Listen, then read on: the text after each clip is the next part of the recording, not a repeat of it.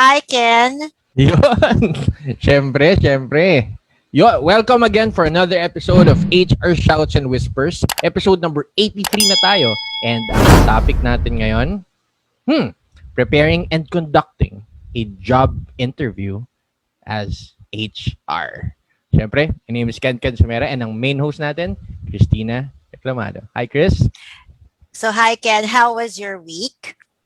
Syempre, excited. Excited ka? Nakangiti ka as Syempre usual. naman. Syempre. Any highlights this week? Um, mga trades natin na panalo. So, Oh, yes. Alam nyo si Ken, nagbi-Bitcoin yan. yeah, sobrang happy. Yeah. So, I'm glad that it's a fruitful week for you. And for this week, we're going to talk about recruitment. Okay, so this time, we have invited, of course, one of our recruitment experts, and he's also one of our moderators here in HR Shouts. We have Miss Lorenz Mutia. Hey guys, Yay. how's everyone doing? Oo, saya. Hi, Lorenz. Hi. Yes. So how is your week as well, Lorenz? Kind of flux pa. I'm very excited. Pero ngayon, since siguro nagba-bounce back pa yung market, kaya din medyo chill pa yung mga recruiters na gaya ko, I guess. in my case, medyo chill pa. Kasi madaming openings ngayon, ano? So, and I suppose everything is being done online.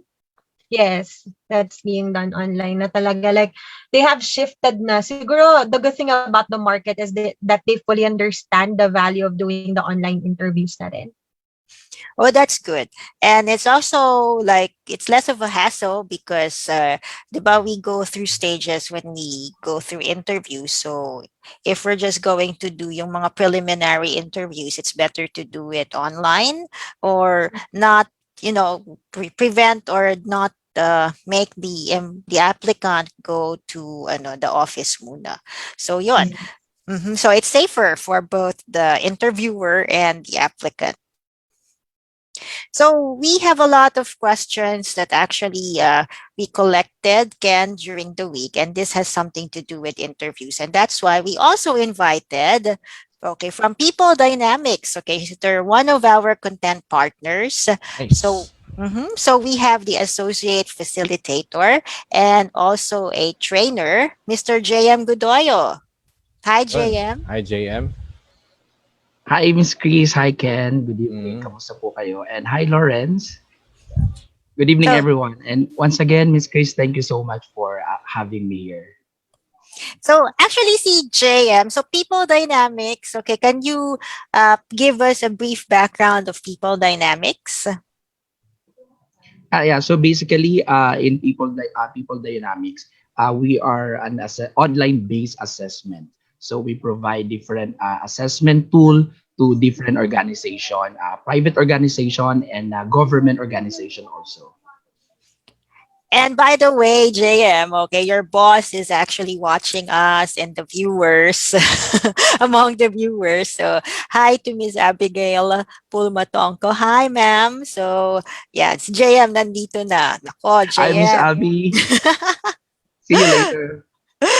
Yeah, see you later. So anyhow, okay, so our nagging question of the week has something to do with the kind of questions that will be asked during interviews, regardless whether it's face-to-face or online. So ito, I'm going to ask our recruitment experts here.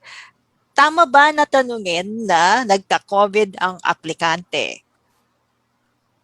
So, we will ask our guests. Okay, so unahin natin yung guests para nasa hot seat yung guest natin.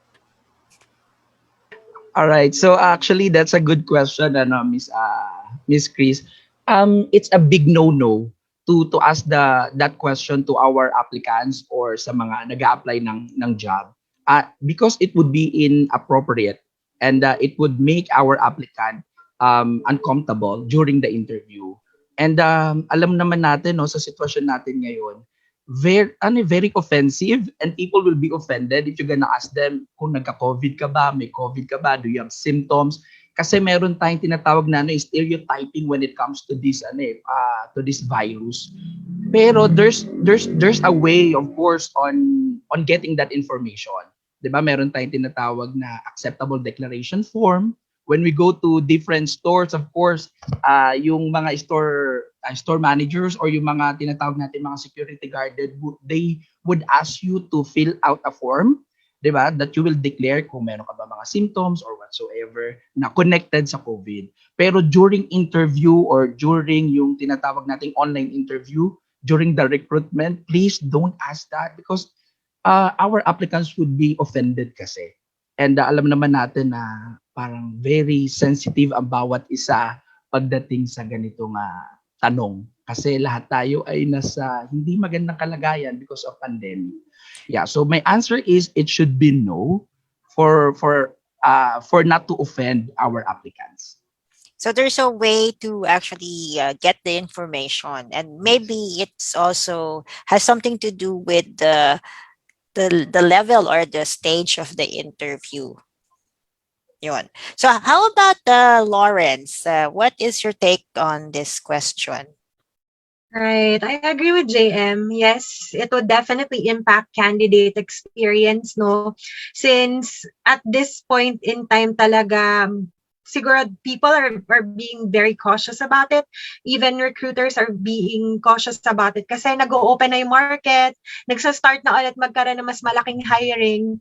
So, ang most of the time most of the time kasi tinatanong siya just to make sure to avoid the contamination or the infection from spreading, no? From how I can see it, it's something, it's a line of questioning na dapat siguro should be paraphrased, not to be brought up front because it would seem discriminatory as well.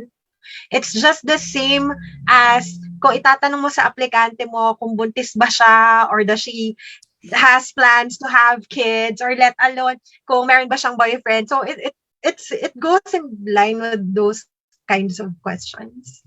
So here in the Philippines, we don't have there's really no illegal questions, okay? Kasi I've like surfed the internet as well, okay? And a lot of people have pointed out that there are some questions that are bordering on illegal.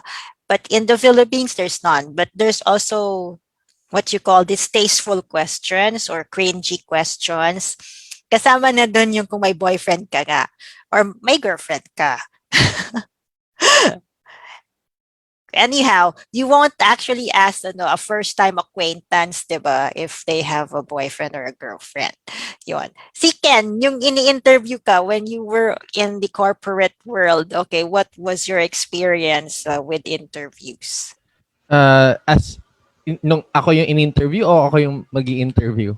Well, okay, let's start with ikaw yung in-interview. Sa akin, yung first interview ko sobrang nakakatawa eh. Kasi biglaan yun eh. So pumunta ako dun sa interview nang wala akong dalang ballpen, wala akong dalang ID. So umuwi lang din ako pinauwi lang din ako pagtapos. Pero yung pagbalik ko dun, naging mas prepared na ako. Yun, wala pa rin ako nasagot kasi kabado ako eh. So kahit yung simpleng tanong sa akin na tell me more about yourself, I love playing games. So, kung ano-ano lang pinagsasagot ko doon. Diba? Kasi, syempre, under pressure ako and it's my first time to actually go to an interview. I didn't know what would happen inside an interview. Yeah. Now you're coaching, we're both coaching new graduates, okay, for an interview. So what would you ask these new graduates? Sa akin, when I get to work with these people, una ko tinitingnan dito is yung how well do they know themselves. Right? Kasi most of the time when you're under pressure kasi you kinda like just say something just to answer the question. Tama? Minsan hindi nila naiintindihan yung question. Pero if you get to know yourself better, kasi ang interview is gusto kang kilalanin nung interviewer eh. 'Di ba? So if you know more about yourself, mas marami kang masasagot at mas genuine. So ako, yun yung una kong wina-work out dun sa mga ganun.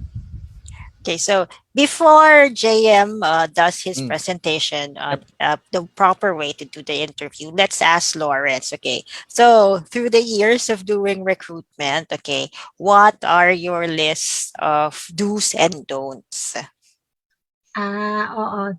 Well, looking back kasi, no, so I've been in the recruitment space for almost 9 years already. So I had my fair share of the do's and don'ts. So siguro for me, make sure that you research what the company does. Yun yung isang, well, for me, in my personal opinion talaga, that's my pet peeve. Siguro dahil ako, when I used to do that before, hindi ko siya ginagawa. When I used to apply for a job, basta lang ako mag-show up doon, nagdala lang ako ng resume. So I think that's a big boo-boo, and I think that's the main reason kung bakit rin hindi ako natanggap before. You have to do your own research. It's about understanding what the business does. Kasi doon mo makikita if this is something that you'd like doing as well. Kasi may iba, gusto lang, mag-a-apply ako, testing lang. Pero pagdating nila doon, when the recruiter sets the expectations about the role, about the company, doon nila ma-realize na, ayoko palang tumuloy. And it just wasted your time as an applicant and the recruiter's time as the interviewer. Aside from that, siguro, yun nga, na-mention ni Ken yun, candidates tend to answer just to respond. They should be able to listen first to the question. Kasi may ibang questions, for example, if you do behavioral interviews, ano siya, bibigyan kanila ng instructions and if you're just more excited into answering the questions that that they will ask you, minsan nawawala na yung essence and they tend to prove further and nagtatagal siya. Siguro isa din is yung magtanong ka ng questions about what the job is, yung full, better detail kasi we don't want any surprises. Regardless naman I myself as an applicant, I make it a point na tinatanong ko. So, pagdating ko doon, parang after ng interview, just make use of the time. Like, pag tinanong sa'yo, I'm done with the interview, do you have any questions for me? Whatever questions you have, itanong mo siya. Provided na hindi mo pa siya alam, it was not discussed at the course of the interview. Kasi minsan, dun mo makikita, yung interviewer ko very eager sumagot ng tanong ko, very accommodating. Kahit hindi ako pumasa, ang ganda ng binigay niya sa aking experience. So, siguro yun yung mga big do's that you have to do during the interview.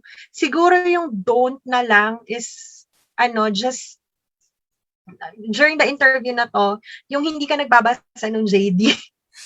May mga ganong aplikante, no? For some weird reason, nag-apply sila and then when you call them and you tell them, hi, this is, for example, this is Lorenz from this X company. I saw that you have applied from JobStreet for this X role and then he'll tell me, I'm not really sure and dami ka na kasing in-applyan. So, minsan parang, okay. I mean, it's fine that you're looking at options, pero sana you have to keep track kung saan ka nag-a-apply kung anong roles, right? So, yun. So, it's actually, okay, for on the interviewee side, okay, they should listen to the question and then also keep track of yung mga ina-applyan nilang companies, especially the job description. Kasi minsan yung shotgun approach, 'di ba? Tapos hindi na nila alam ano na ba yung company, ano na ba yung yung role na in-applyan ko or etc.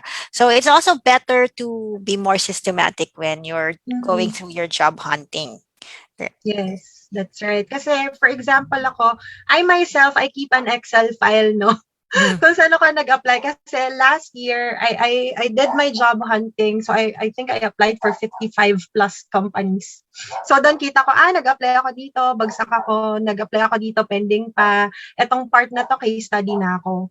Pero, on the other side naman, as an interviewer, no, syempre yung mga friends ko, nagtatanong sa akin, or nagsha-share sa akin ng experience, siguro yung isang malaking do as an interviewer. And I think ito rin yung isang recent experience na nangyari sa akin, yung interviewer hindi siya handa to do the interview.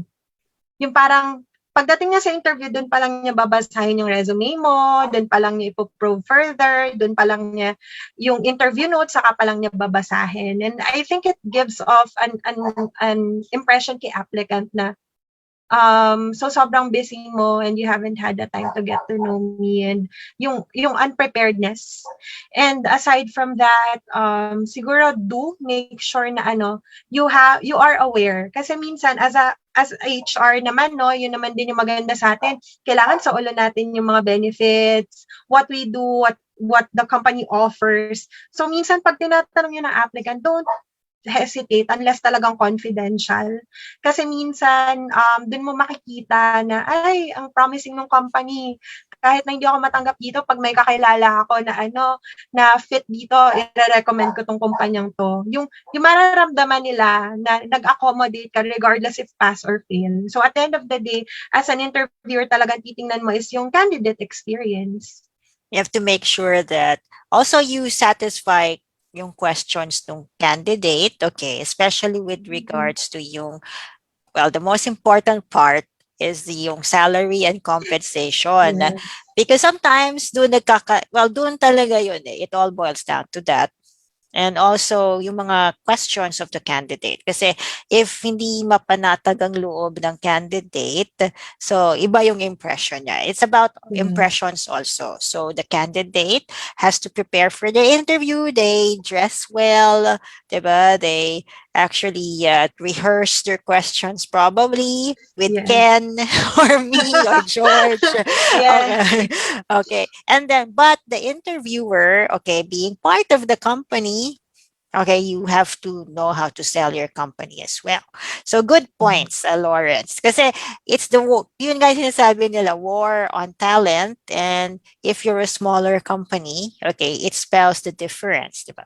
But without preempting, okay, we will learn a lot of a lot of techniques and a lot of other secrets pa on recruitment, okay, with JM's presentation. So JM, okay, we will give the floor to you, and then, and I'm going to tell the audience at this point, you need to pay attention because we will give away some prizes to the first three people who will be asking or answering questions. So stand by. Okay, Nice. Yeah. Okay, so JM, we give you the floor. All right, thank you so much, Miss Chris. Thank you, Lorenz, and thank you so much, Ken. So nabanggit ni Miss Chris na please pay attention, everyone who is watching sa YouTube and sa Facebook live natin, not just because of the prize, but because of the learnings, the knowledge that you will get from this presentation. Okay? So once again, thank you so much sa lahat ng ating mga viewers sa Facebook and of course sa YouTube channel ng HR Shouts and Whispers. So now, allow me to share my PowerPoint presentation about preparing and conducting interviews. Okay, just give me a moment.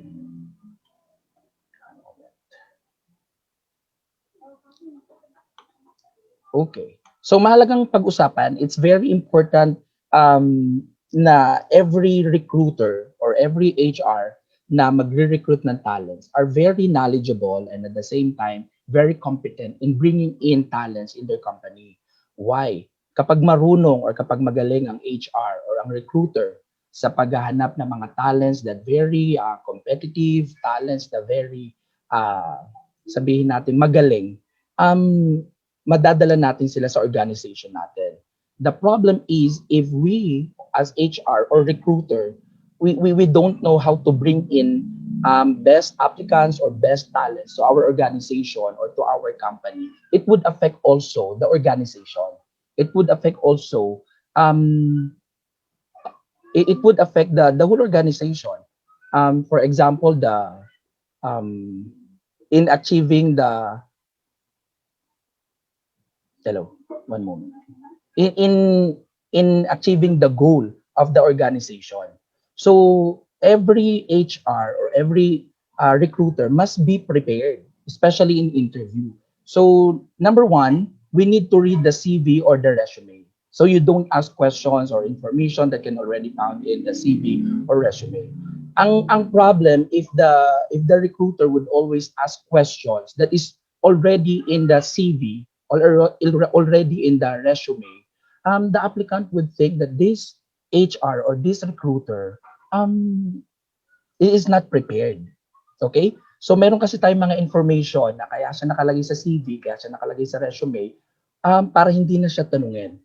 I want you to know and I want you to understand that applicants in the 21st century are very intelligent people, competitive people, and at the same time logical people. They would know and they would feel if the HR or if the recruiter who are conducting the interview is ready and prepared. So kapag ang tanong mo sa kanila is can be found on their resume or can be found on their CV, you are putting an impression to these applicants na you are not ready, you are not prepared. So I suggest and I advise everyone, lalo na nasa recruitment team or nasa team ka na kayo yung nag-hire ng mga people, you have to be prepared. Read the CV, read the resume, and understand kung ano yung mga nakasulat doon. Of course, you have to read the job description for the position you are hiring. Prepare your main question based on the competency requirements. So meron tayong tinatawag, every company, every organization, we have the competency manual, we have the job description. Kailangan lahat ng tanong natin related and connected doon sa tinatawag na job description. And at the same time, dun sa competency manual. What are the competencies we are looking for specific applicant? Para hindi tayo naliligaw. So yun yung tinatawag na mapping eh. So if we have roadmap in asking question specifically or pertaining to the job description or to competencies to the competencies required in that job position, mas magiging objective yung tinatawag nating interview at mas magiging maayos yung interview. Again, do not ask questions that is not related, that is not connected dun sa tinatawag nating job description. Ano bang position ang ina-hire? Sino ba ang nag-a-apply? For what position? What are the competencies needed for this job? Yung question ko ba related? Yung tinatanong ko ba related? For example, na-discuss kanina nila Miss Cristina, no? Na merong mga question na hindi naman connected dun sa tinatawag natin na job description. Okay? So, ang iniiwasan natin dito, maramdaman ng applicants natin that we are not ready, we are not competent. That's a big no-no because we are putting an impression or we are leaving impression dun sa mga applicants that we are not competent. Okay? So again, read the CV, read the resume, and read the job description. Okay, setting the interview. Paano ba tayo magsiset ng schedule or ng interview with the applicants over the phone or online or sa tinatawag natin Zoom meeting? Okay, so text the applicant prior to the calling. Why it is very important that we need to send them a message before to call them. In our generation today, na maraming mga tinatawag natin mga online scammer, pag tumatawag tayo sa applicants natin, somehow meron silang preconceived idea that this person who's calling me na not listed on my phone book, pwede nilang isipin na scam to or pwedeng manloloko to or magpa-prank to. Pero kaya mahalaga that before you contact the applicants, you text them. Diba? Magpapakilala tayo. So, sino ka? What is your name? From what company? And what is the reason na tatawagan mo siya? So, mahalaga yon. Kumbaga, sa pag pumasok ka sa pintuan, sending message or sending text message, it is just knocking on the door.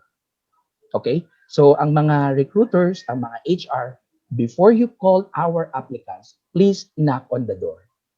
And ano yung pag na-knock on the door online? You send them message. Lahat naman tayo when we go to others place, 'di ba, mapagate man yan or mapapintuan man yan, Filipinos are always giving what would they call this?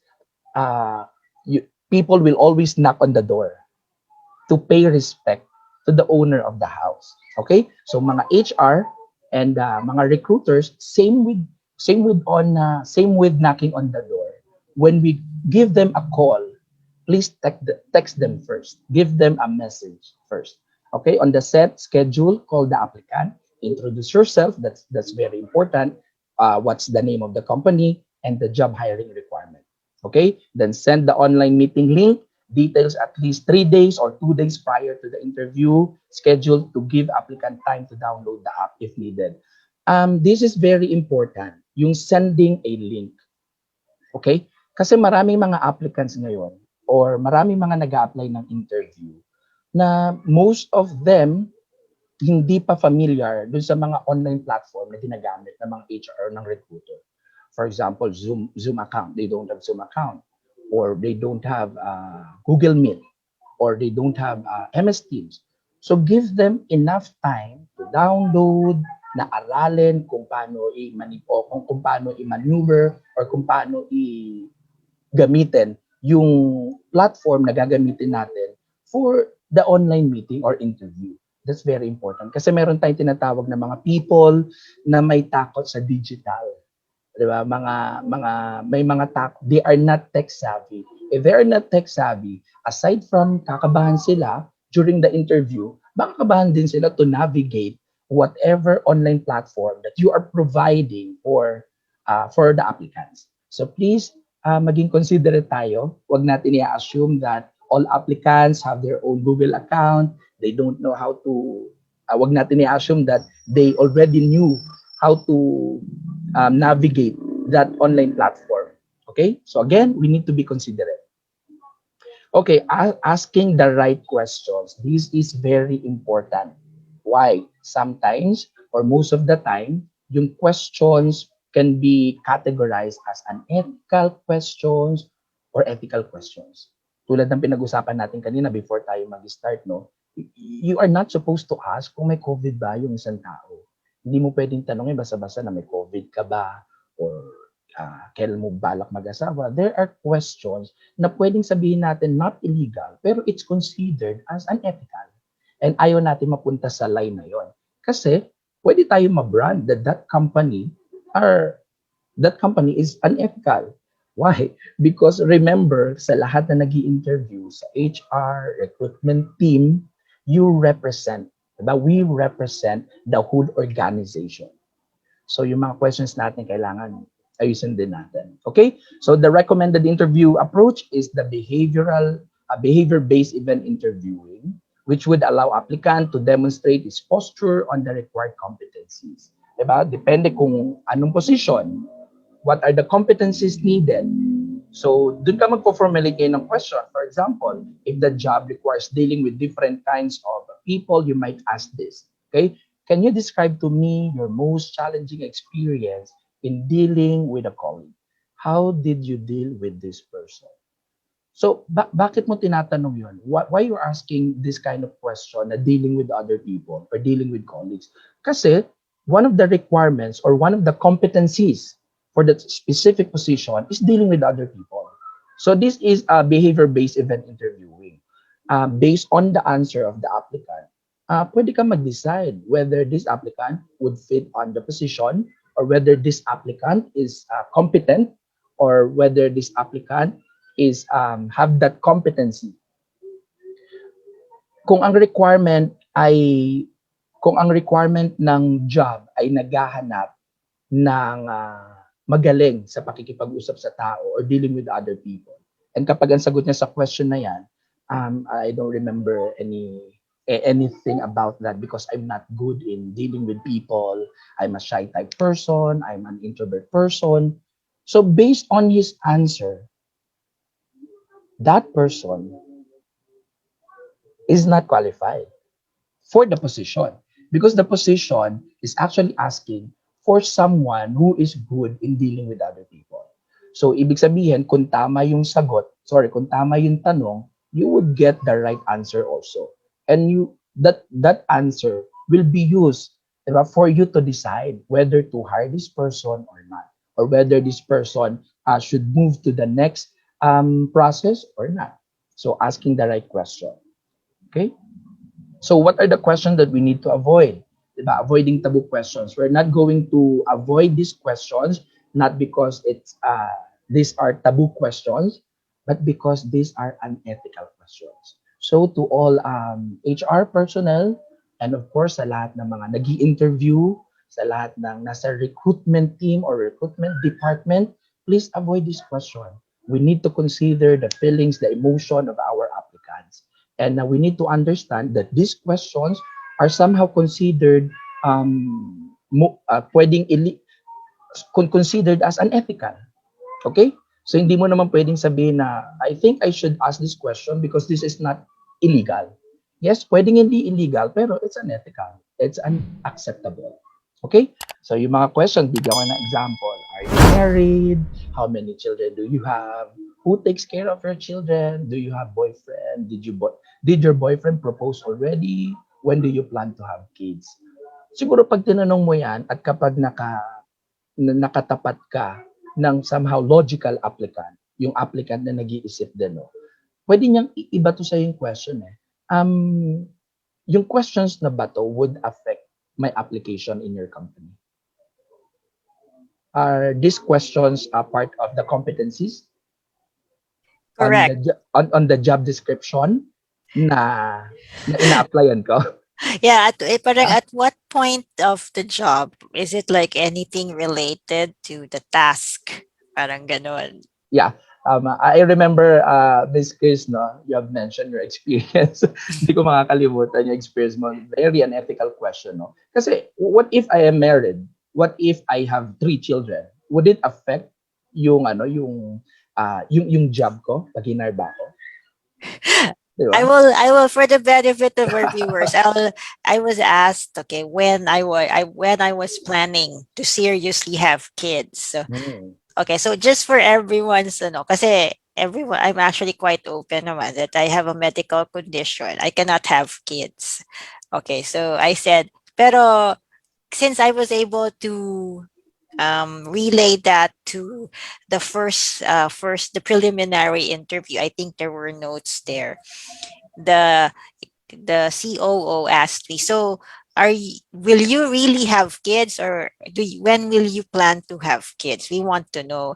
So I just like laughed it na lang, and then I just said, sir, will you invest in my pregnancy? Parang tinawa ko na lang siya. Parang Alright. Kasi may mga ganun talagang company. So, sa lahat po ng viewers natin, may mga ganun naman talaga. Pero there are ways, creative ways on asking that, or of getting that information na hindi mo tinatanong directly. Okay? So, there are creative ways on asking that question. We have to understand, tulad ng experience ni Ms. Chris, medical condition, di ba? Or pwedeng matagal na naman nag-aantay for a proposal or nag-aantay sa boyfriend or sa magiging asawa. Hindi mo alam yung pinagdadaanan that person nag-aantay for 10 years now, 15 years now, and that question is very offensive, di ba, sa kanya. Baka ma-offend siya. Kasi we don't know kung ano sa kanya yung tanong na yun. Baka sumagot pa siya, di ba? Okay, na hindi natin inaasahan. But anyway, these questions are not part of any competencies, not part of the job description. So, pwede natin siyang skip, or kung kailangan nyo talagang itanong, meron tayong mga creative ways on how to ask that question. Although I'll just insert this JM. Okay, so with regards to religion, there's a neutral side naman. You can ask something about religion if you're going to ask, for example, those who are worshiping during Saturdays. There are religions that cannot really go to work on Saturdays. Like I believe it's Jehovah's Witness. So mga religion na yun. And then if your operation is ganon na matatamaan yung Saturday, either during the phone interview, makapture mo na yon, and then hindi mo na siya papalusutin kasi it's based on operation. You're the operation of the business, and it might be a problem. I don't think that's discriminatory. So, but anyway, you would have to have another interview to see if flexible siya. Like, for example, can you report on a Sunday, or if are you flexible that even if you attend your worship on a Saturday, you can compensate on another day. Parang ganon. I-reward mo lang. So, there are ways naman na hindi naman siya yung tipong automatic na pagka-religion yung tinatanong, and especially yung days of worship. discriminatory na siya. Parang there's a way to word it na it's not offensive. Yes. That's very sensitive, no? Na topic, no, Miss Chris. Very sensitive when it comes to religion.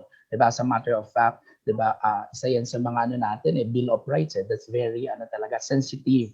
Kaya hanggat maaari, don't focus on that question.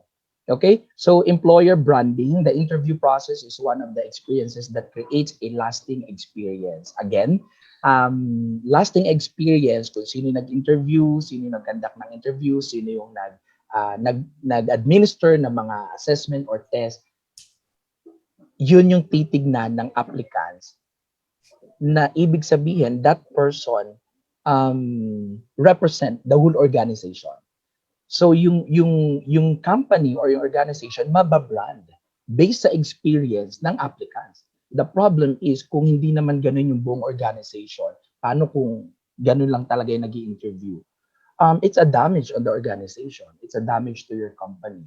Okay? So such as how long he or she was made to wait, gaano katagal nag-antay yung tinatawag nating applicants, how he or she was treated during his or her stay in the office, what question were asked, offending question ba, nakaka-offend ba yung question, what he or she learned about the company. So we really need to be careful because ang interview kasi, this is a gateway for us to know what kind of company is this. So pwedeng yung mga applicants, marami silang pinupuntahan na company, marami silang interview na inatinan. And lahat sila pumasa doon. Even in your company, pumasa sila. And they need to decide. The question is, based on the culture or based on how you treated the applicants, isa kaya tayo sa mapipili. So we really need to be careful kasi we represent the whole organization. We might lose the best talent ever. Baka makuha pa ng iba, di ba? O kaya, imbis na nasa inyo na, nandiyan na sa company ninyo, nawala pa. Why? Because the applicants were offended. Were offended kung paano siya nag-antay, kung paano siya tinread, or whatever question ang tinanong sa kanya, or kung ano may na-experience niya during the interview. Again, HR personnel and the recruitment team are the frontliners of the organization. So we really need to be careful on how to handle our applicants, on how we treat our applicants, or whatever question we're gonna ask to the applicants. So kailangan po natin na alagaan yung image ng company or ng organization. Okay? So I think that's for now, Miss Chris. So kung meron mang questions yung mga viewers natin online, pwede po sila magtanong. And you are here also to answer those questions. So yes, and Lorenz will be here also. She will be sharing her experience.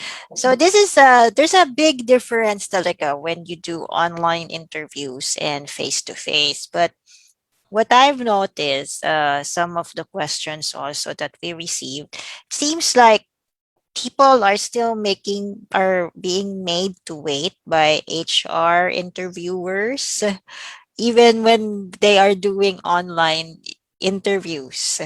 So, how long should you wait?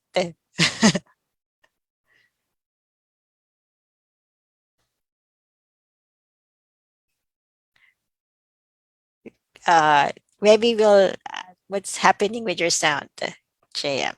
Yeah. Hello. Sorry. That's true, no? Maraming organization, even prior to pandemic, talagang nag-aantay. I myself experienced that. I had to wait from morning hanggang evening. And I think that is unacceptable. But kasi merong mga company, siguro, tinitignan, dapat wala tayo sa ganong understanding na since you are the applicant, you need to wait. You need a job. You need us. So dapat umalis tayo sa ganong understanding. Ang isipin natin, let's meet halfway. We need you and you need us. Dapat may ganun tayong understanding. I think when it comes to waiting time, depende, gaano ba, wala kasing specific kung gaano katagal na oras eh. Pero you have to understand na yung oras ng mga applicants are also valuable. So kung ikaw ay nasa kalagayan, to answer that question, no? Kasi I think there's no specific time, there's no number to answer that question. Siguro kung ikaw ay nasa kalagayan ng applicant, gaano mo katagal gusto mo mag-antay? Diba? Siguro kung kapag morning pumunta siya, dapat before lunch, dapat matapos na lahat. Okay? So siguro, pwede nating sabihin ganun. Pero kung, kasi we need to wait for the management, available pa siya ng 6 p.m., you need to be open to the applicants na bakit siya nag-aantay. Because I think everyone is familiar with this. Hindi natin sinasabi sa applicants why they had to wait that long. Siguro confidential, but of course, kung ikaw ay nasa kalagayan nung applicants na yon, how would you feel? Siguro ganun din. That's the way I answer it, Miss Chris. One situation kasi, what happens during this process is that si HR yung coordinator ng lahat, right? Especially the recruitment specialist.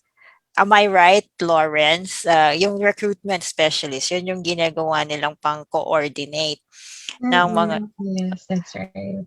So, the recruitment specialist parang also waits when, especially dun sa second phase ng interview, kung yung supervisor na yung mag-i-interview, they have to wait for the supervisor to be free. So, for me, acceptable siguro half day of waiting Yeah, na. I agree with that, Miss Chris. Kasi maybe something came about during at work, and then HR is just trying to coordinate it. So, kaya nga in other companies, ang ginagawa nila, pagka ganon, parang pina-panel interview na lang yung applicant para sabay-sabay na kung sino yung levels na magre-report yung applicant, kung si supervisor tsaka si department head, yun yung line of reporting niya, ipa-panel interview na lang para sabay na yung dalawang mag-ask ng question. It saves time. Kasi ang ginagawa natin is, of course, on the part of HR, wag na natin patagalin yung process ng selection kasi we actually, with the behavior based line of questioning, we would already know if the candidate is a fit or not. So, hindi na siya kailangan patagalin. So, for me, that's one, to be fair with the side of HR and of the organization, it could be that the applicant is being squeezed into the schedule. Parang ganon. Pero yun nga, ang acceptable siguro is half day would be okay, acceptable. But for online, do you think that it's still acceptable to wait for, half day? Kasi parang ang waiting time kasi like nasa Zoom ka. Diba? Parang ngawit na I don't know. What's your take on that? I think half day, that is too much for Zoom. Kasi, Mm. di ba, we are aware na meron tayong tinatawag na Zoom fatigue. Mm. And I myself, I experienced that na kapag too much exposure ka sa radiation ng computer or ng cellphone or ng laptop mo, sasakit talaga yung ulo mo. You would experience that kapag pinag-antay ka ng matagal. So, it would make a bad impact or bad impression sa part naman ni applicant. Or baka dumating sa point na hindi na lang siya umattend sa next interview. Okay. So, Ken, do we have questions from our viewers? So maybe JM, you can take out your share screen so that we can have the Q&A already. Yeah, wala pa naman. Pero siguro ako, may question ako. Legit, ano ba yun? Is it a practice? Kasi I've been to like 2 to 3 interviews before, and palagi ako napag-antay nung interviewer, nung HR. So hindi ko alam, ako coming from, hindi ako HR, hindi ako interviewer or anything. Rule ba yun? Na parang tinetest nyo ba yung mga interviewee?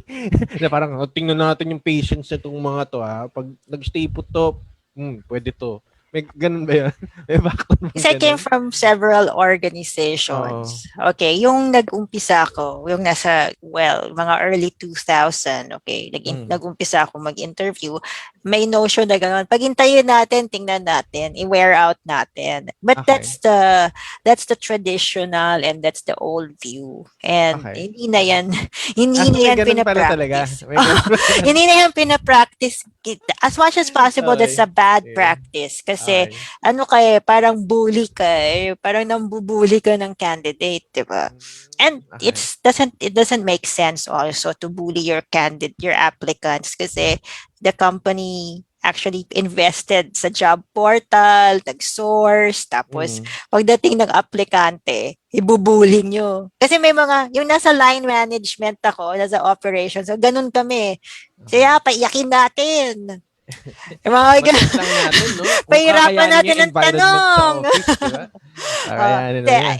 Guys, nasa HR na ako ngayon and enlightened na ako. Pero yung Okay. yung nagsa-start out pa ako, yung operations, lalo na pag yung I don't know, minsan, kasi binuli din kami, so, mambubuli kami. Pero, but iba na yan, we don't practice, as much as possible, iba na ang paradigm ngayon, Ken. So, what about si Lawrence? Ano Yes, yung salamat. take niya dyan? Actually, no, 2012 ako nag-start mag-work. So as an applicant, naranasan ko, well, I tried applying for traditional companies. Sa province pa yon. So definitely alam niyo naman how iba talaga yung dynamic ng companies in the province nung time na yon versus sa company na as dynamic as call center. So nung nag-a-apply ako, sabi ko, bakit sila ganun? Parang isa, 2 oras nila akong pinag-aantay. Sabi ko, test ba to? Tapos, ang ginagawa pa nila, there are instances na you will get that feeling na, bakit ngayon, nung ini-interview ako, minamadali naman ako. So, I do understand that they have other things to do. And I know HR kasi talaga is very busy lalo na kung ikaw all around ka from recruitment to firing, ikaw talaga yung lahat in charge. But of course, when I joined a BPO, dun ko nakita ganon. So, pagdating nila dito, ipaprocess natin sila, tapos isaset natin yung expectation. Pagbe-breakin mo kung kailangan nilang mag-break. Kasi, you are being measured. And the good thing about it is that siguro as time goes by, talaga nag-i-improve siya. Because now, it's a candidate-driven market. Sige, kung pangit yung experience ko dito, sige, alisan ko. Ang daming companies na lapit-lapit lang Most particularly in central business districts dito sa Metro Manila. So, looking at it, the more the traditional yung approach in terms of recruiting, sadly, meron pang ganun. I myself, may mga naobserbahan pa akong ganun as late as siguro mga 2018. And Mhm. sabi ko, I don't wanna work into this kind of company na pag-aantayin ako as an applicant. And I do understand, parang may iba naman na, okay, pag-aantayin ka na matagal, pero I'm sorry, kaya lang na-tie up yung manager kasi during a call. So, alam mo yun, parang magkakaroon ka ng ease na, okay, I do get na busy yung mga tao. Pero yung iba naman na parang wala lang, sige, antayin lang natin sila. So, alam mo yun, parang it also, yun nga, going back at the end of the day, it's all about your candidate experience versus your employer brand. Gusto mo ba makilala na, yung kumpanya to, pinagantay ako ng 6 hours, tapos hindi na ako tinawagan. Tapos, parang hindi naman prepared yung nag-interview sa akin, right? Lagi namang dapat ganun yung mindset mo. So, yun. Okay, this is another question, pinaghihintay. Pero ito, for candidates that are very good, okay, yung mga applicants na very good, so pinapirate nyo, in a way, pinupoach nyo sila from other companies, okay? So what's an ethical way to actually, okay, make them resign, okay, from their previous company? Si JM, how do you sell your company, okay, to those na nag-apply sa'yo but are still employed? Actually, ang stand natin dyan, Miss Chris, not to the point na you will really incite them to resign. Pwedeng you would offer them something na you think pwede niyang pag-isipan, pero parang hard selling kasi, no? Hard selling, you offer your brand to the people, but not to the point na hard selling, kasi hard selling is not applicable anymore, and hindi na siya what do you call this, hindi na siya effective. Hard selling is not effective anymore. Minsan pag sinabi mo na you can apply, you can submit your resume, we can consider you might want to consider our offer, 'di ba? Pwedeng that applicant, sabi ko nga kanina, 21st century applicants are very intelligent nowadays. They would go to your social media platform, to your website. They would ask people if totoo ba na maganda rito or maayos dito. So kahit anong offer natin sa kanila, kung na-research nila that that company is not really good, walang effect sa kanila yung hard selling or yung pag-aas mo sa kanila or pagpapirate mo sa kanila. Ayokong isipin na ipapirate mo sila. You can just give them another chance to be part of your organization. Kumbaga, a chance to be part of your organization. Not to the point na sa amin ka na kasi, mag-resign ka na kasi. That's too unethical. Nasasabihin mo sa kanila. Kasi ako, for example, on my stand, sabi mo sa akin na, JM, mag-resign ka na dyan. Dito ka na sa amin eh. So, iniisip ko, kaya mo yan sinabi because yung culture nyo sa company ninyo is ganon. And I don't want to be part of that culture. So kung ang napapirate mo ay matatalinong tao or mga tao na nag-iisip, logical, hindi sila sasama sa'yo. Kasi alam nila that the organization is unethical. Kasi ang ano dyan is, that can bite you in the future. That's Kasi true. kung ginawa nila yan sa previous company nila, pwede nilang gawin sa iyo yan. That's true. Para yung boyfriend-girlfriend. So, pag ginawa yan, pagkat nagtaksil ang iyong boyfriend, yung sumalo sa kanya, pwede din siyang iwanan. O, di ba? Parang naging love story. Miss Chris, that's a good analogy. That's a good analogy. But if you think about it, kasi the reason I asked that question, I came from the entertainment industry. And lagi kong sinasabi, we cannot really do a hard sell. Kasi pag sinabi natin yon, ano yun yung psychology ng tao. So pag nakuha mo na siya, ito ngayon yung may mga entitled na employees kasi pinirate nyo sila. So, feeling entitled yun. Kasi yung panahon ng 2000, meron tayong tinatawag na, kasi nag-ano na siya iba na yung paradigm. Dati may yung mga superstars, okay, so yung pinapirate, especially in sales and marketing. And especially when I was in the entertainment industry, we would pirate, okay, yung mga magagaling na creatives.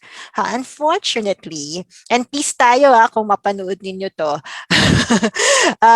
I observed that after, hindi rin sila nagtatagal because after a certain number of years, okay, parang magkakaroon sila ng malaking problema sa organization kasi meron silang sense of entitlement, bilang mag-resign na lang sila. So, that's what I noticed, okay, sa mga ganon nag-start na mga empleyado sa isang organization. So, sa akin, hindi rin ako favor dyan sa hard sell.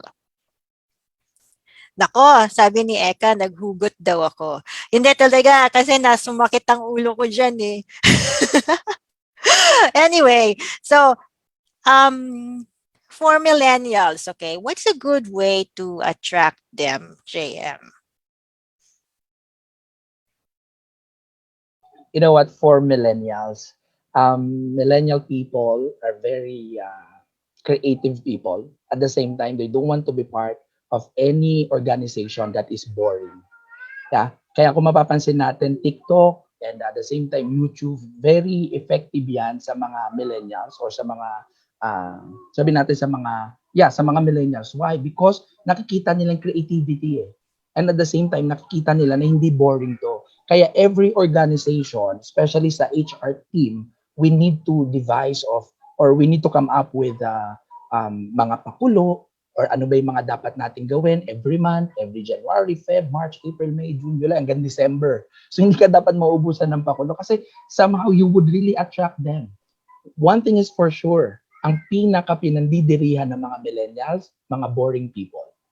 If you find yourself boring, please change. Why? Because you would not attract millennials. So how about you, Lorenz? What's your take on this? How do you attract millennials, okay, and then talented ones, okay? Kasi usually, uh, it's a question of quality. Eh. Mm. Well, in my case kasi ako millennial ako eh. So I'm 29. So speaking from experience, and it also applies to me being a recruiter. Kaming mga millennials, simple lang. If you give us as promise na ito yung sinabi mo sa amin during the initial interview, ito yung benefits, ito yung perks, ito yung work setup, then we're good. And sadly kasi, yung ibang millennial, well, in my case, the main reason then kung bakit ako nag-join dun sa current organization ko is that they promised me a different shift. So, gusto kasi ngayon na millennial is that kind of flexibility. It's one factor most of the time na parang when I talk to my peers and my friends and they tell me, so ano shift mo na ngayon? And I tell them, oh, it's pretty a little bit flexible.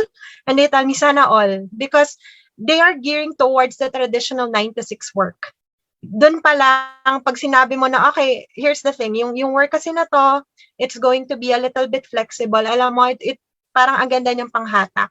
Another one, sabi nga ni JM, would be the engagement. Kasi they're really fond of engagement, no? Ako kasi personality-wise, very introvert ako most of the time kapag yung mga employee engagement na pinag-uusapan. Pero they find it really enjoyable, like organizing events, yung mga pag sinabi mo, okay, kailangan namin ng organizing committee, for sure may magvo-volunteer at magvo-volunteer dyan. And aside from that, isa pang panghatak would be the culture. Kasi there's this notion na kapag yung millennials kasi hindi sila yung type na magtitiis sa isang company lang. So when they see something na, oy, bakit ganito dito? It's either they try to change it or they try to move out. And yun, you have to also be mindful of your culture. Ito bang culture na to, pag i-brand nyo siya sa labas, hindi ba tataas yung kilay ng mga employees nyo, most especially the millennials? Kasi pag yan, true to itself, most likely you will attract more and meron kang advocates. So, oo, totoo yan. Ganito kami sa office. Ganon. So, those are good points. Okay, so nobody, of course, you want to present. Ito yung tinatawag natin kasi na a good presentation of the company. So, parang it goes with yung reviews ng company, the branding of the company, yung image of the company. And of course, when HR talks to them, parang pag nakikita nila hindi boring. Okay, there are activities and then there are activities for growth and there are activities to have fun in the company, diba? Yon. So, tama. parang you have to present a good image of the company talaga.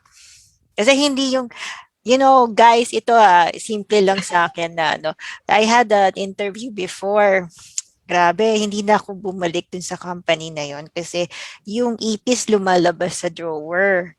Nakikita kong gano'n. Sabi ko, okay, 'di ba? Parang kasi pag yung drawer pa nila yung filing cabinet tapos yung pedestal cabinet. Tapos pag glance ko doon may isa lumabas. Akala ko okay lang 'yon. Pass muna kasi isa lang yung lumabas. Pagtingin ko dun sa side, may isang cabinet, may lumabas na naman. Ako, dalawa na siya. Alam mo, yung umabot ng 4, inisip ko na kahit pumasa ako dito, hindi na ako babalik. That's true. Ipis. Okay. Anyway. One more thing. So, isa tong pahabol. There are some candidates, lalo na pag millennial. Kasi ako, in my case, ako talaga tinatanong ko siya. Most especially dun sa mga roles na ina-apply ko. So, anong career progression nito? How soon can I apply for a promotion?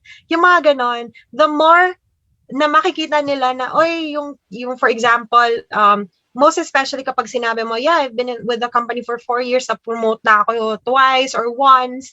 So, para sabihin nila, oo nga, no? Tapos, may mga ganong aplikante, may mga millennial ako nakatapat na gano'n na, ano yung parameter for promotion nyo? So, yun yung lagi nilang tinatanong. Sabi ko, yeah, so you need to wait for this X month and ganyan. I mean, it's a double-edged sword. Pero, minsan kasi mas pag yun kasi yung branding mo na, okay, nakikita nila yung career progression. You have people also to justify or testify to that notion na, okay, nag-grow talaga yung mga tao. Kaya din nung time na hindi pa kausuhan yung online interview pre-COVID, siguro mga 2016, ako talaga gusto kong dinadala yung aplikante on-site. Kaya lang, of course, as time goes by, as time progresses, marirealize mo na, isipin mo, from Quezon City yung candidate mo, Makati nun yung office. Parang maawa ka naman, paano kung ano, 'di ba? So, sige, gawin na lang natin siya over the phone. So, yun, you have to be also flexible dun sa hiring process. Kasi pag dun mo nakita yung, it also shows as a company, flexible sila, pero not as much as, yun namang sobrang to the point of abuso, right? So, it really varies on a case-to-case basis. Pero kung meron kayong process, and at some point kailangan yung i-tweak siya, then it shows that you are flexible and you're dynamic naman. Ito. So, ito tanong ko sa inyong dalawa. Okay, for example, you have a candidate. So, meron ka 3 candidates. Okay, they're all very articulate. Paano ngayon kayo mamimili doon? Okay, ano yung mangyayari doon? How will you select the best out of the 3 candidates? Okay, so because yun nga, nag-attend sila ng mga seminars on communication. So, magaling sila mag-explain. Okay, may experience naman sila kasi managerial na sila. So, ngayon, how will you select among the 3? Si JM. That's a tough question, no? And very interesting question. Pero that's a good question kasi marami mga HR or recruiters na nakikinig sa atin ngayon. And sometimes they are surrounded by intelligent candidates or applicants. And dumarating sa point na they really don't know sino pipiliin ko. And pag nandun na kayo sa situation na yun, congratulations. But please do not be deceived. Okay? Do not be deceived. Kasi ako ang stand ko when it comes to choosing or selecting the right candidates. If every one of them is very intelligent, very articulate, I focus on the attitude. Why? Because yung articulation, pwede mong matutunan yan along the way. Pero yung attitude mo, something na built in na sa'yo from the very start. Yung attitude mo, medyo mahihirapan kami na baguhin yan. Pero yung training, we can provide you training. Gagaling ka. Papatinin lang kita sa training ni Miss Cristina. Gagaling ka sa articulation. Di ba, Miss Chris? So, kaya ni Ken, sa persuasion.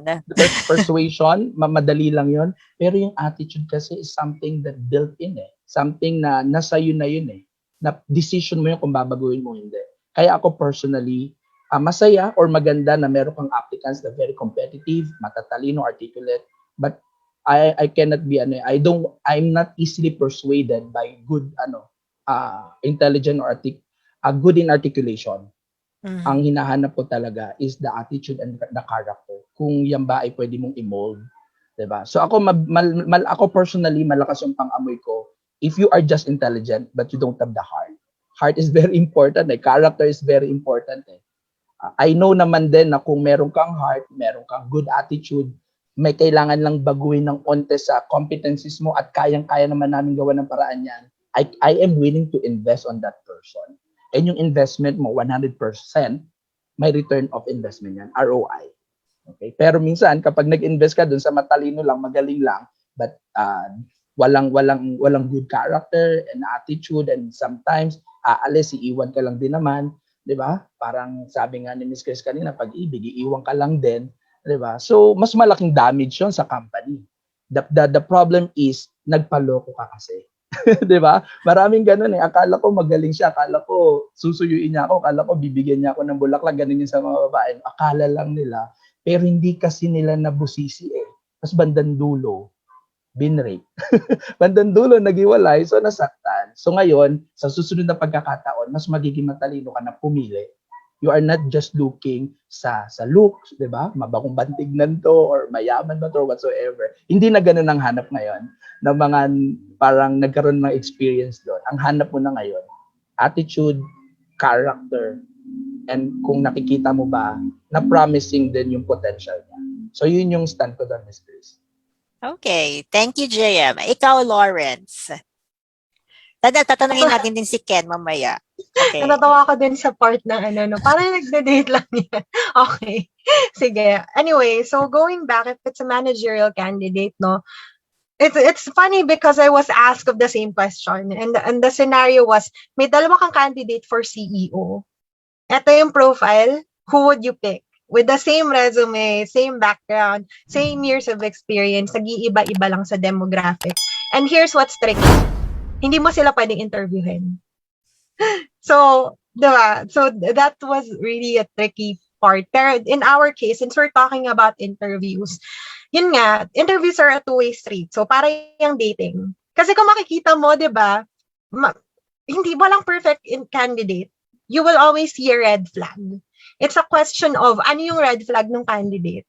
Kasi for example, ito, magaling siya dito. He was able to perform. He was able to manage a team of this size. Pero in terms of, for example, reporting, doon siya mahina. And then, for example, ito namang candidate na to, magaling siya in terms of reporting, magaling siya in terms of retention, pero in terms of product knowledge, doon naman kailangan mo siyang i-train.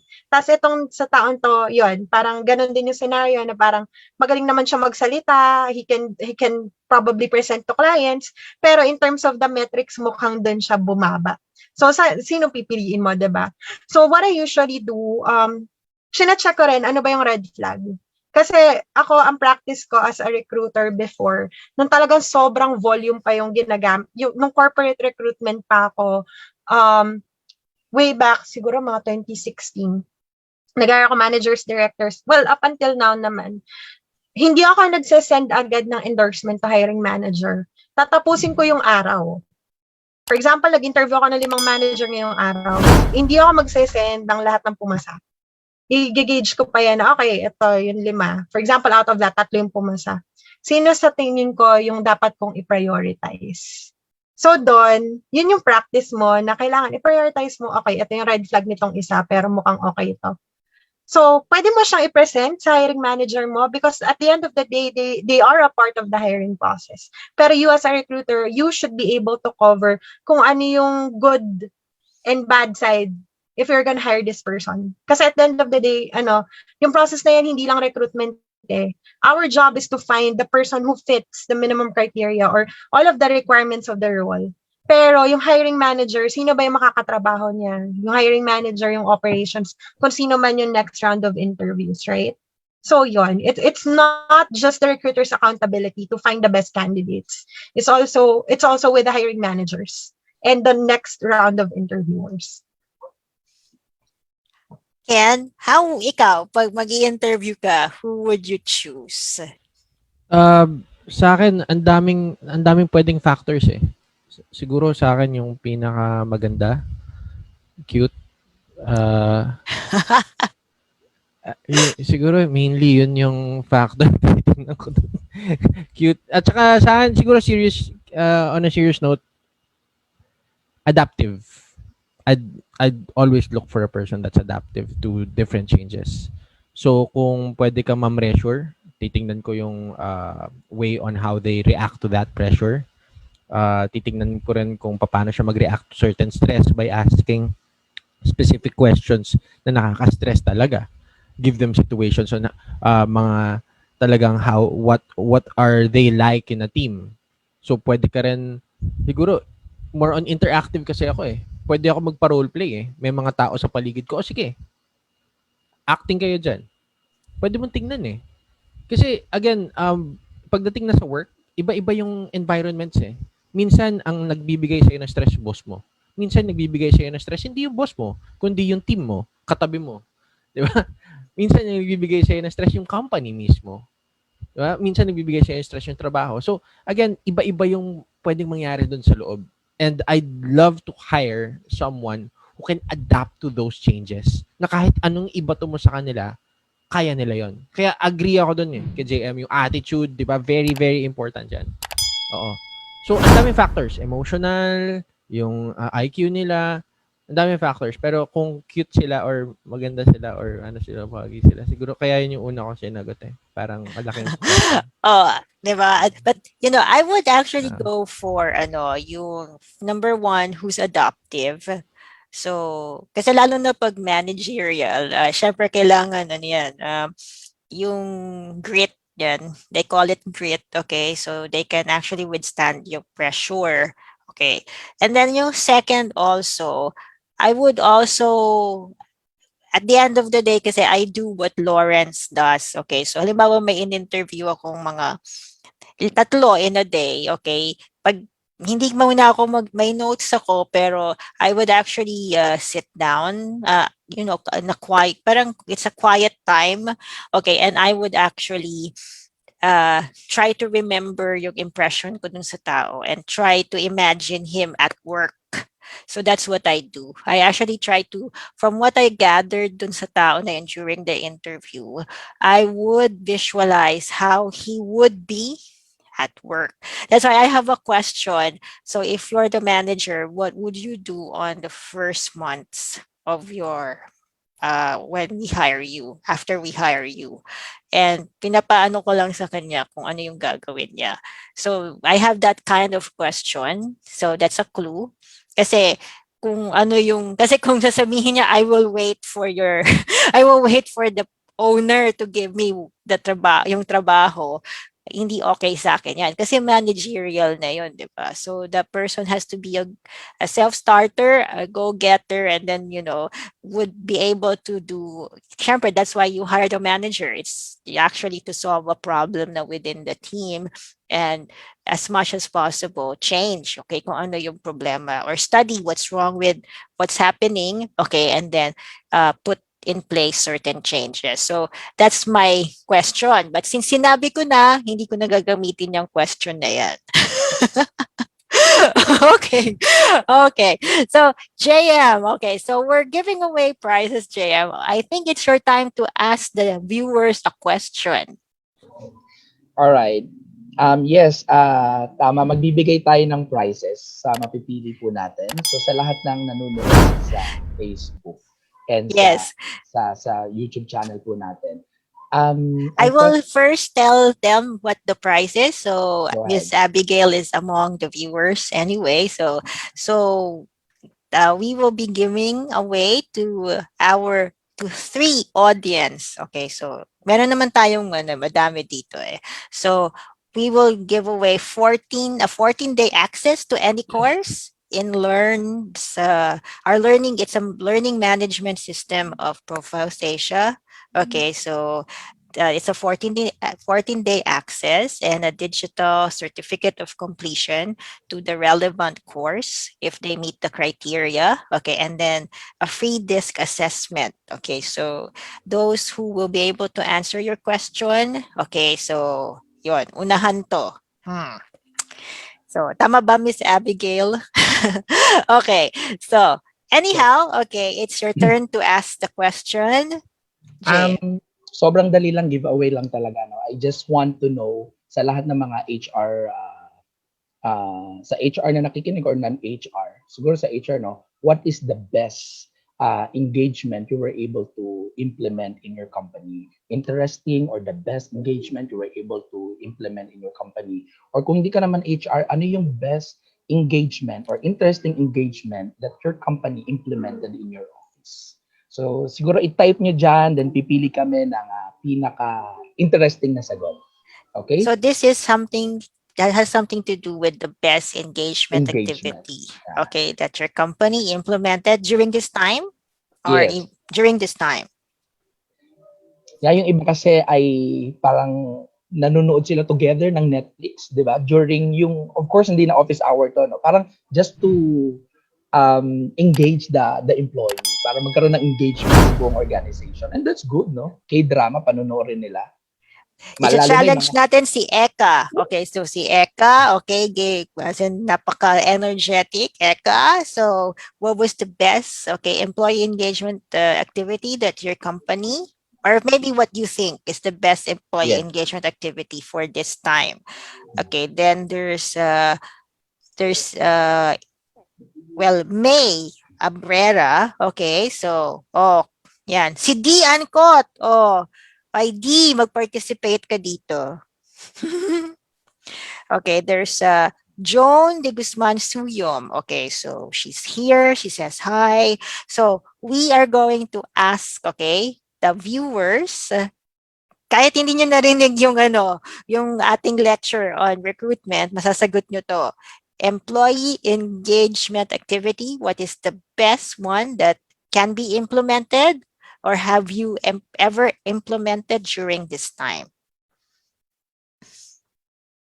So, yun. Nang Let's see. Okay, so we'll give them some time to process that. Okay, so ito yung kasi it's really recruitment is actually parang this is actually the first stage. Okay, that's why yung iba na nag-shift to HR, I would suggest that hindi naman siya yung ECS kasi may science din yung recruitment.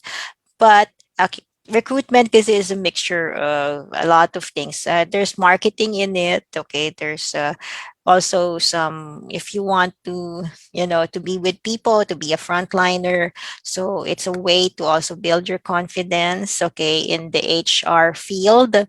And it's actually flexible, so there are a lot of people who graduated. I'm telling them, maybe it's, if you cannot be in training, you can start muna with recruitment and then just be promoted, or just go around the other facets of HR or yung ER. O si Lorenz, gusto mo na ba mag-ER? Sa banda-banda dyan. I'm actually enrolled right now to a training in UP, pero we'll see because I wanted to venture into HR business partnering na. So what is HR business partnering? Yun nga, employer relations. It's a mix of employer relations, organization and development.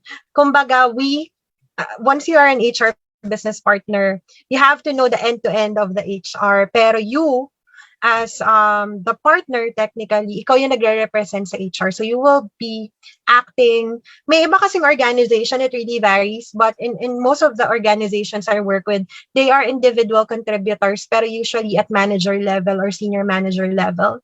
So paglabas nila, they carry the whole of HR behind them, and they have to work with hiring managers, they have to work with their stakeholders, like the business as a whole na, okay, so ito yung mga issues and challenges niyo sa HR, what can we do about it? And then for example naman in terms of, okay, this is the time of the year wherein salaries are actually, salary increases are being discussed. So hindi na kailangan mamroblema ng mga managers na paano ba yung proseso nyo? So babalik sila sa HR. No, you have someone to guide you, who's of course the HR business partner. So the goal is to make sure that your stakeholders are happy with how the HR is being run. And of course, if HR has a concern naman with the operations and they need something from them, parang ikaw yung magiging liaison. So good explanation on HR business partnering. So I think Eka, there's an answer from the audience. So the best employee relations, so employee grievances. Dito. Kaya lang double check lang natin. Money. Oh, nako, si Eka na naman to. Hindi pa yata nagre-reflect, but the second one, sabi ni Eka, but the second one is supporting people by tapping several online activities that were timely in manner. Like conducting online cooking show, yeah, TikTok battle, uy, stick to photography, etc. Oo. The first part is actually Hindi ko he's nakita. to implement HR employee grievances and HR Ayun. Kamustahan series. Ayun, nakita ko na. Yeah. Yun, Kamustahan series because nowadays, most of the employees acquired mental health concern due to pandemic concerns. Employers must learn how to reach out and communicate well to their employees to let them feel, saan yan? To let them feel that they are not alone. Ayun. Oo. Tapos meron siya, yun nga. You know that HR cooking series, dati, Nakakatawa yun.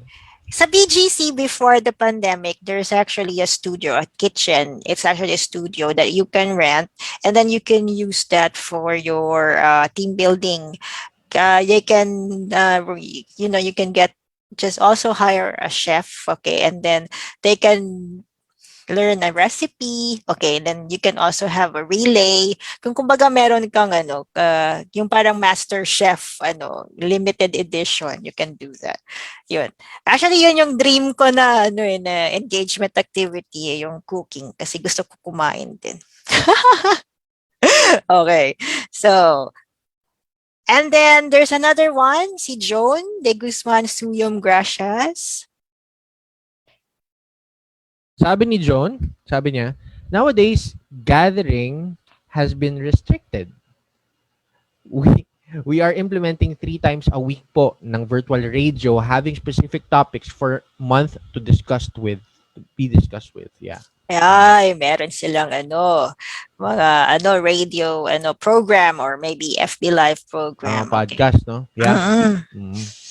Oh, dapat makita natin 'yon tapos makigulo tayo doon. Oy, friend ko to, si May. Sabi ni May. Hi, May. Sabi niya, best engagement activity at this COVID time was creating an online group chat to all employees in replacement of our monthly face-to-face meetings so that the site can be a venue for all announcements, birthday greetings, congratulatory comments. Ito lang, gumagalo kasi pag Si Eka kasi, pero okay lang yan, Eka. And We're I cool. found this very, very interactive since they can directly ask the questions. They can clarify anytime. Everybody is commenting and I found this very informative when I hear their comments. Yun. Oh. Tapos ito kay Eka, tuloy ko na rin ha. Ay Eka, yeah. Also online raffle series. Or if you are in hospitality and tourism industry, pwede rin iba pang learning activities like mag-facilitate ng webinar workshops. Like yung bartending, customer service 101, etc. 101, etc. Yeah. Nice. So ito yung mga hindi pa nagagawa. Actually, yan mga sinabi yung mga sinuggest nila, magaganda kasi it's it can be done online. Oh, tsaka they can actually do like they can have their own page, okay? Then they can have their podcast, okay? And then maybe yung iba naman if they want to share a recipe, okay, so they can do it. 'Di ba? Mag FB live din sila doon sa page na 'yon. They can share their favorite maybe favorite diet drink, okay? Favorite I think date recipe na naman eh. Puro date, diba? Okay. So this is like parang anything to keep the employees connected pa rin kasi nawawala yung connection, nakakamiss yun. Oh, diba? Dati kasi pinag-uusapan namin, okay, I actually encountered somebody, he parang may kaaway siya sa office. Ngayon, namimiss na niya yung kaaway niya kasi wala siyang kaaway. Okay. I mean, it's yung mga away naman to, they're not personal eh. They're actually parang, away kapatid sa office eh. So, yun, namimiss nila yung isa't isa.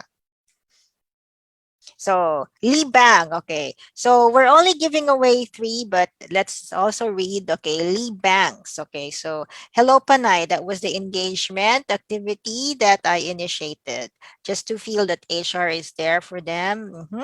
That was through Zoom even while they are working on site. They were still happy to join and was expecting to have more engagement from HR.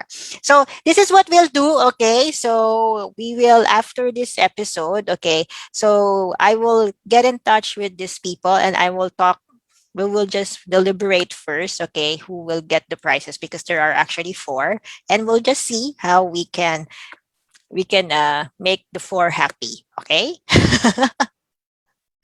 Okay. So anyway, thank you for your feedback. Okay, so JM, so with recruitment, so you are teaching this webinar with People's Dynamic.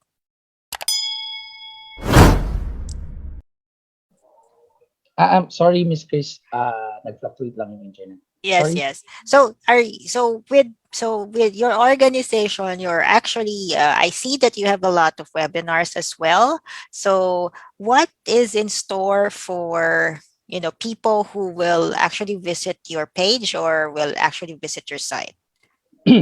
Yes, as I have mentioned earlier, Ms. Chris and the rest of the viewers as online sa Facebook and of course as a YouTube. So when you visit our website and the Facebook page, you would see there different assessment tool na pwede Mhm. nyo magamit um, sa organization ninyo. Because we believe na ang selecting process kasi is not just one test or one assessment. It should be series of assessment. And that's what we do in Profiles Asia Pacific and People Dynamics, that we cater and we provide different tools for assessment to really select the best candidate that would be part of your organization.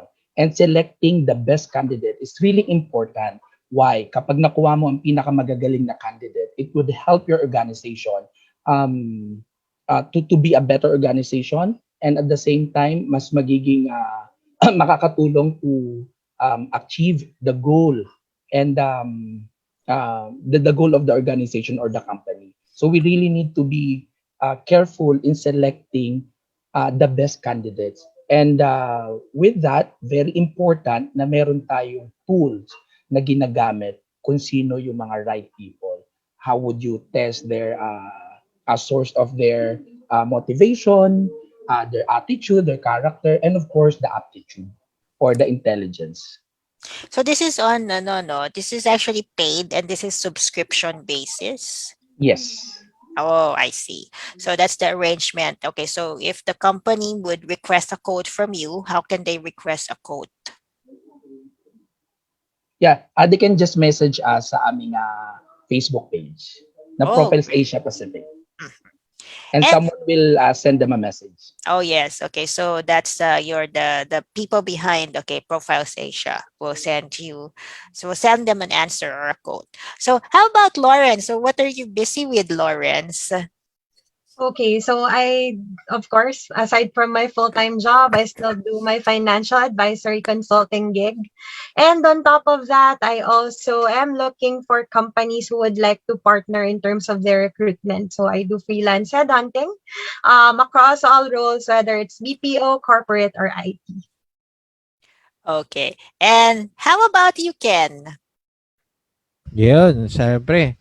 Sa akin, I teach, yung currently busy ako magturo ng how to invest in the cryptocurrency markets, how to trade also, how to read charts. Yun yung pinagfo-focusan ko ngayon. Pero syempre, hindi pa rin nawawala yung passion natin with coaching people. So I get to work with a couple of insurance agents right now, and may mga nakalain na pa akong talk sa mga iba't ibang insurance companies ngayon for like their persuasion, in terms of Mhm. persuasion and negotiation. And syempre, excited tayo dahil parating na ulit ang hypnotic communication. Na-finalize namin yung date. It would be this coming June. So if you're interested to learn more about how to program the mind, use hypnosis and neurolinguistic programming, tara.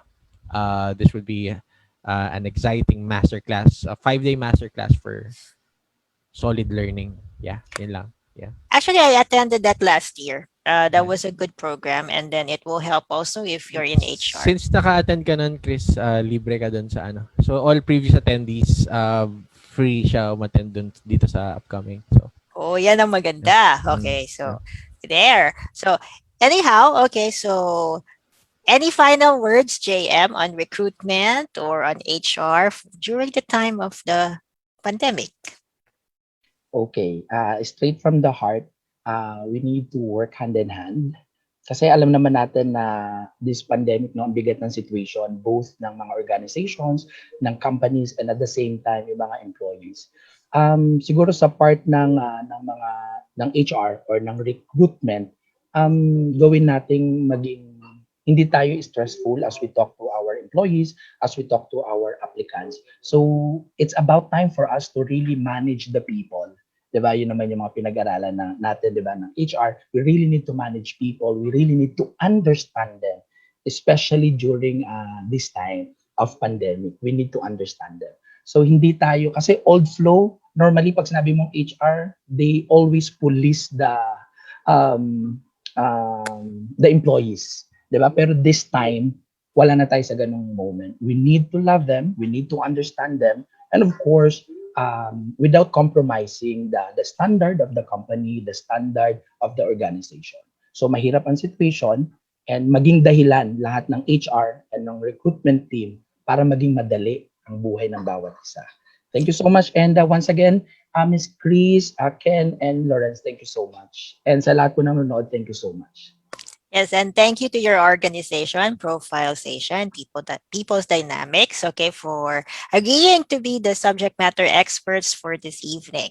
So tama yung sinabi ni JM, okay. So wala na tayo sa paradigm noon. When actually during my time, okay, so I went to the field of HR around 2003, okay. And yung time na yon, HR had a police function, okay, and it actually reflected in all the facets of HR. Even yung the way we do recruitment, yun nga yung binubuli yung candidate, okay, pinapahirapan, tinan natin matira matibay. In fact, when I actually started working, I actually waited from 10 a.m. to 5 p.m., okay, during my first interview. So I just thought na, okay, maybe this is, tsagain ko na lang to kasi maybe this is some kind of test, okay? And then hiyang-hiya pa ako mag-negotiate nun for a salary. But things have evolved, okay? Then we have a lot of webinars that teach applicants and make them savvy as well in negotiating terms, okay, salaries and agreements with companies, okay? So they have become smarter. And that's why the HR people also have to review, okay, and become savvier in how they do their recruitment. Because good recruitment can help you get better candidates, and it also helps marketing sell the company. It helps with your brand. So yeah, that's the learning that we have for tonight. And for additional questions, okay, you can start sending your questions.